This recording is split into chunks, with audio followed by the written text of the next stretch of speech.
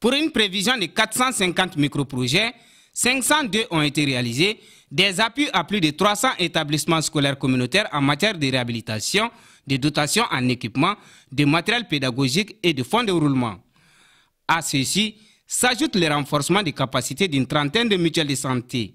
Ce sont là quelques acquis du projet d'appui aux communautés rurales PACR en 7 ans de présence dans ces zones d'intervention, à savoir Ségou, Mopti, Tombouctou et Sikassou.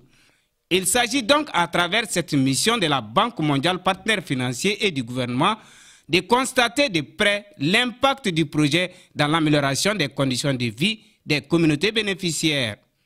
Ce que le PACR a fait à Bessoba ici, c'est la concurrence d'1 milliard de francs CFA dans tous les domaines, domaine santé, éducatif, domaine associatif.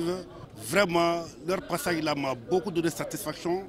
Nous recommandons tout simplement à ce que les groupements, les populations s'inspirent de ce que nous avons fait en très bonne réussite pour répliquer la même chose et qu'ils évitent de faire ce que nous avons fait de mauvais.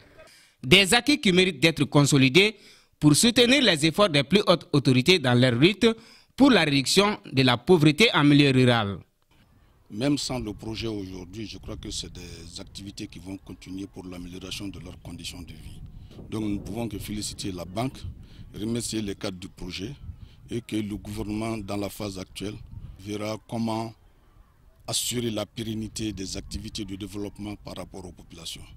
La réunion de synthèse avec les autorités régionales et les cadres des services techniques partenaires aura permis à la mission conjointe de la Banque mondiale et du gouvernement de tirer des enseignements dans la mise en œuvre du PACR qui a mobilisé 38 milliards de francs CFA pour les 7 ans d'activité au bénéfice des communautés.